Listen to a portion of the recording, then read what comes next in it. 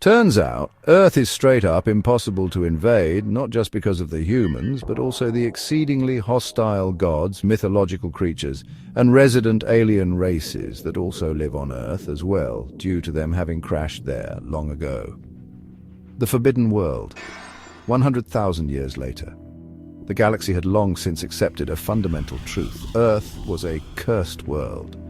Not metaphorically, not as a poetic exaggeration. No, the blue planet at the heart of the Sol system was literally cursed. Every empire, warlord, and conqueror who had ever tried to set foot upon it had vanished. Some disappeared before they even reached orbit. Others sent transmissions of incomprehensible horrors before going silent forever. It was an unspoken rule in the Galactic Council: you do not go to Earth.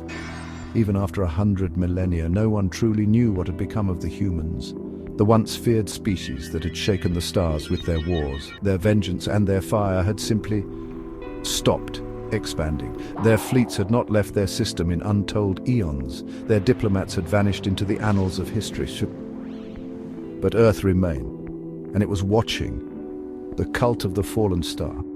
Deep in the outer rim, on a planet far from any civilized world, a warlord sat on a throne of bones.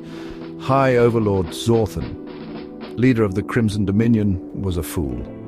Like so many before him, he had heard only whispers of Earth. And like so many before him, he did not believe in myths. He saw only an ancient world, rich in untouched resources. A planet long abandoned by the tides of war. "Send the fleet," he commanded. 1,000 warships, bristling with weapons capable of reducing continents to glass, set their course for Sol. His advisors pleaded with him. They spoke of the stories, the warnings etched into dead starships that drifted at the edges of the system, the ancient records of an empire that had once sought to exterminate the humans and had instead ceased to exist. But Zorthan laughed. "The galaxy is filled with cowards and fools," he sneered. "The humans were once feared, yes, but that was 100,000 years ago. If they are still there, they are nothing more than relics." And so, the Crimson Dominion set course for Earth.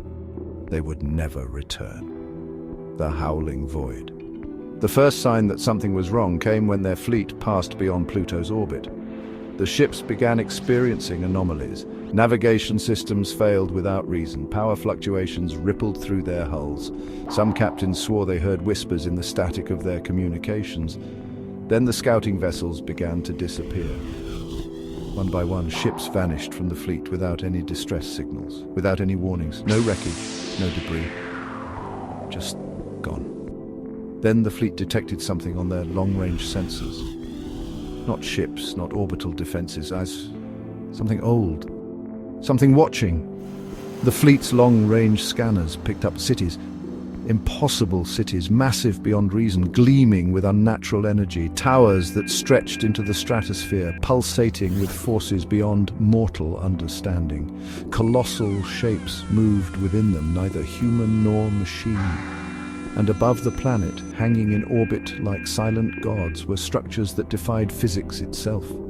A great ring, carved with symbols that no known race could decipher, a monolithic obelisk, humming with power that seemed to whisper into the minds of those who dared look upon it. And in the void itself, something moved, something vast, something hungry, something waiting. The awakening of Earth. The fleet never made it past Mars. Reality itself turned against them. Their weapons failed, their shields collapsed, their engines burned without fire. Some ships simply ceased to exist, erased from the fabric of time. Others found themselves adrift, lost in the void with no stars, no planets, nothing but an endless black abyss. And then came the screams. Not from their ships, not from their crew. From Earth itself. A sound that was not a sound, a voice that was not a voice, something that reached into the minds of the invaders and showed them what they had disturbed. The gods of Earth were not dead. They had never been myths. The creatures of legend had never faded. And the humans, they were still there. They had simply ascended beyond mortal comprehension. What had once been a planet of warriors, scientists, and dreamers had become something else entirely, something unstoppable, something unknowable. The last transmission from the Crimson Dominion fleet was a single fragmented message. They are still here. They see us. They see us. Silence. High Overlord Zorthan was found in his throne room 3 days later, eyes wide, his body cold, his mind shattered. He had not been touched, no weapon had harmed him, and yet in his final moments he had understood. Earth did not need an empire.